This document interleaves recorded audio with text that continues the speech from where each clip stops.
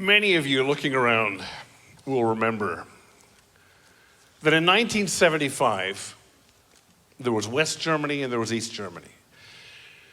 And the city of Cologne, or Koln, as it's called in German, was in West Germany. If you've been there, you know, beautiful Gothic cathedral, gorgeous, inspiring city. In 1975, the single most famous, successful, improvisational jazz pianist in the world was Keith Jarrett. In 1975, there was a 16-year-old, we'd call her an impresario. There was a young woman, a high school student, only 16 years old, and she loved jazz. But jazz hadn't yet made it to Germany in a big way, and certainly not to Cologne in a meaningful way. So she, at age 16, reached out to various prominent jazz performers who were coming to European countries, coming to Germany, saying, will you make a stop and play in Koln? And some of them did. One thing I want you to know about Keith Jarrett is that Keith Jarrett was notoriously exacting, a perfectionist. He received a call and a letter, in those days probably a letter, certainly not a text or an email in 75. Those words had no meaning then, imagine that. Text me, call me later, Venmo me. What did it mean? But imagine that in 1975, this 16-year-old girl pleads on Keith Jarrett because she knows he's on a world tour, and she says, will you please come and play at the Koln Opera House? It seats 1,400 people. Now, if you know jazz, you know that's an unsightly place for jazz. Typically, jazz venues are intimate. You're sitting near and around the musicians. And what happened was this 16-year-old girl was so persuasive that Keith Jarrett, the prominent pianist, said, I'll come.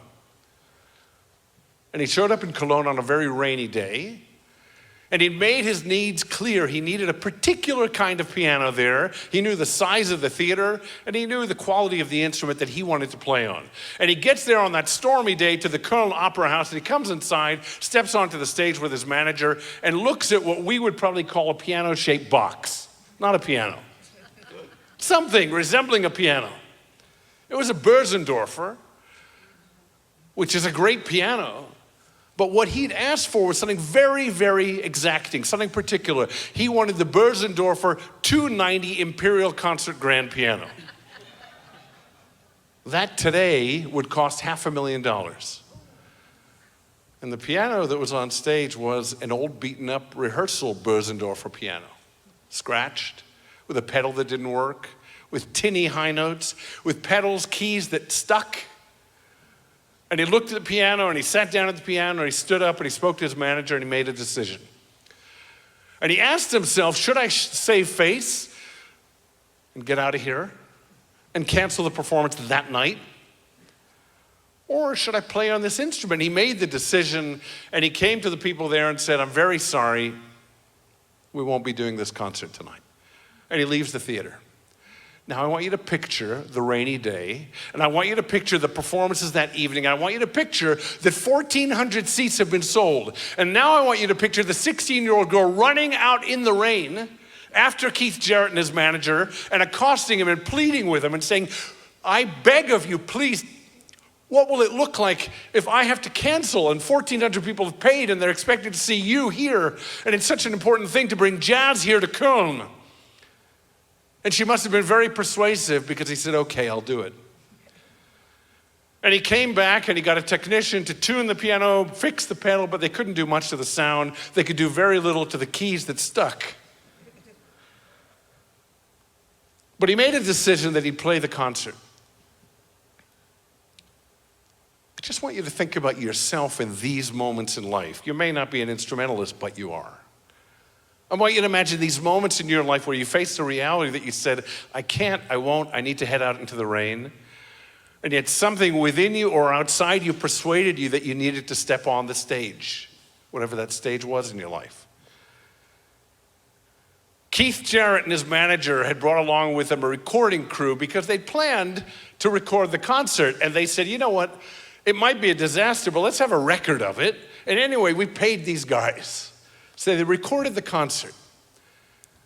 I want you to know that that concert, the Koln concert, that album is the single most successful jazz album ever recorded.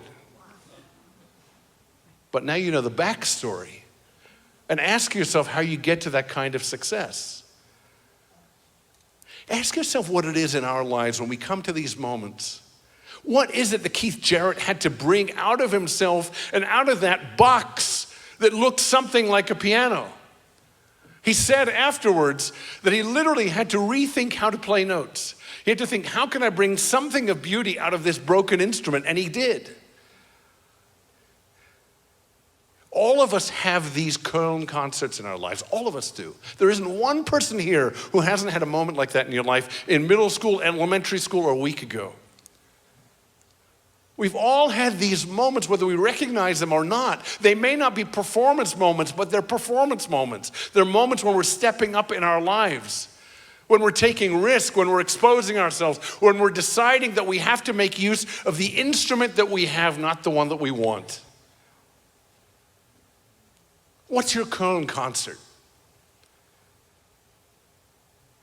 For the young mom, it might be when she finds out that her child has a severe learning challenge that will define her life for the next 18 years, that won't be a disaster, but will be a resounding success, a triumph of will and love and energy and vigor and patience. It might be the 22-year-old girl who understands that she has an addiction and realizes that her life will be changed by that addiction every moment and every day for the rest of her life. And when she realizes that she'll have to choose different friends and better influences, and what she'll have to do is learn to be a better instrumentalist on the instrument that God gave her that's broken, but whose isn't broken? And a Koln concert might be the woman who spent 10 years looking after her husband as he went through a devolving desperation of disease. But every day she woke up and said, I have to step onto that stage. And most afternoons I look out of my office in the synagogue at the front, looking out at the traffic, very little of it on Agora Road, mostly the trees. And I see a Koln concert at about 4 o'clock most days. If you know my office, you know the synagogue, you know that Agora Road goes like this. You don't feel it in your car, but if you're cycling or running, you'd realize there's a gradient. And most days at about 4 o'clock, sometimes earlier, I see a woman jogging uphill. But I see her pushing a wheelchair. And in that wheelchair is her adult daughter. That's a Koln concert. That's looking at life, not based on our expectation, but the gifts that we have to bring. There's a moment in the Torah when Moses, not once but twice, falls and falters. He ends up, the text says, with his face in the sand. It's so descriptive. It could have left that out for his dignity. But maybe it wants us to see ourselves in that story, because all of us are going to have our foreheads in the sand at some point. But imagine Moses, who once held his staff over the sea and it parted. Now the staff is beside him lying on the sand, and he knows, because the text tells us that all of the Israelites were surrounding him. It's not a private moment. It's a moment when the entire nation sees their leader fallen, not to here, but down to there. Maybe that's a Koln concert. Maybe that's a moment when he has to decide, would it be okay for me to stop and to give up? I'm an old man anyway. I've done enough. I brought them out of Egypt. I've crossed the sea with them. I've led them to Mount Sinai. Why at this particular nondescript moment, in this nondescript, seemingly insignificant, unimportant part of a desert, do I need to even stand up? I imagine that his allies around him are saying, stay down, stay down, stay down. You've done enough.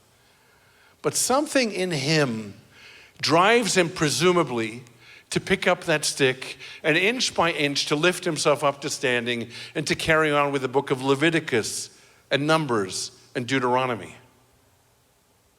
He has a mission, as all of us have a mission. He has a purpose in his life. And he comes to that moment when he has to ask himself, like Keith Jarrett did, do I step off and head out to the train? Do I leave my people? Do I leave my purpose? Do I leave this obligation? Who wouldn't forgive me for it? But instead, he makes the decision that you and I know takes so much courage and so much inner fortitude, and he steps back onto that stage, one single step at a time. What happens sometimes when we're ready to quit, when we're ready to step back, because after all, look at that instrument we've been handed. We may come to a point in our lives when we don't recognize the instrument anymore.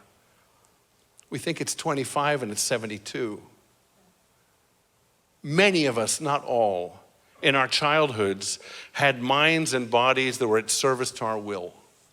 If we wanted to jump, we jumped. If we wanted to skip, we just skipped. Running for a bus, we thought it, we did it. Remembering the star of the movie that we saw last weekend came easily. Johnny Depp. But all of us are evolving and changing and growing and aging, and these beautiful instruments, like that instrument that Keith Jarrett was going to play, have to be played wisely, have to be played carefully, have to be played differently, but have to be recognized still to be sacred. What happens in these moments when we're down on the ground like Moses, when we're at the stage door like Keith Jarrett, is the allies in our lives, our family, our friends, the people who love us most, are the first ones to give us the excuses to step out. They're the first ones because they love us to say, it's okay. You don't need to do this. You've done enough. It's okay. What's that called? Compassion, sympathy. Good qualities and good human beings, what we want to strive to develop in ourselves and the next generations of our family. But note that one of the things that we've learned working with veterans is it can be deadly, it can be paralyzing sympathy. What happens when a veteran comes back from war? Many people in their midst, in their lives, will say to them, hey buddy, it's okay, you don't have to do anything anymore.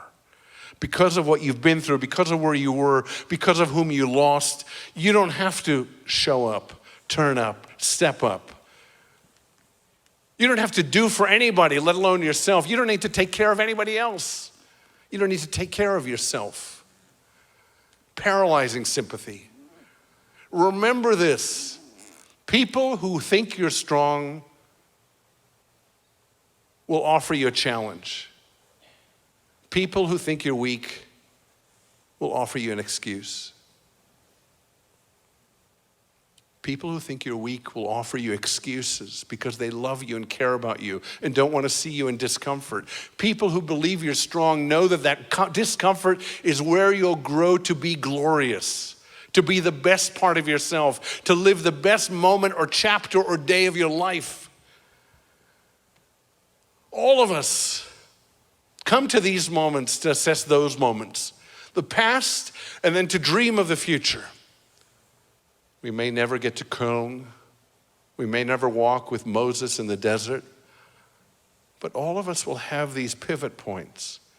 All of us have these stories in our stories. All of us have these relationships that guide us. All of us have these stories that teach us about our character and ourselves. All of us know that we're teaching the people in our lives through those moments. And my question to you again is, what is your Koln concert? Have you had many already in your life? Do you have a book full of them, a diary of them? Do you lament all the times when you've looked at the instrument and said, I can't possibly expect it to play this anymore? Or maybe your Koln concert or mine might be coming in this next year. I pray that when those moments come, we remember the strength within us. We remember that resilience comes through struggle. We'll remember that like Keith Jarrett, we can make something extraordinary, sonorous, beautiful, out of instruments that are broken down and scratched, with a pedal that doesn't work, with a tinny sound in the upper register, with keys that no longer play. What will you do in those moments? Gmar Chatima Tova.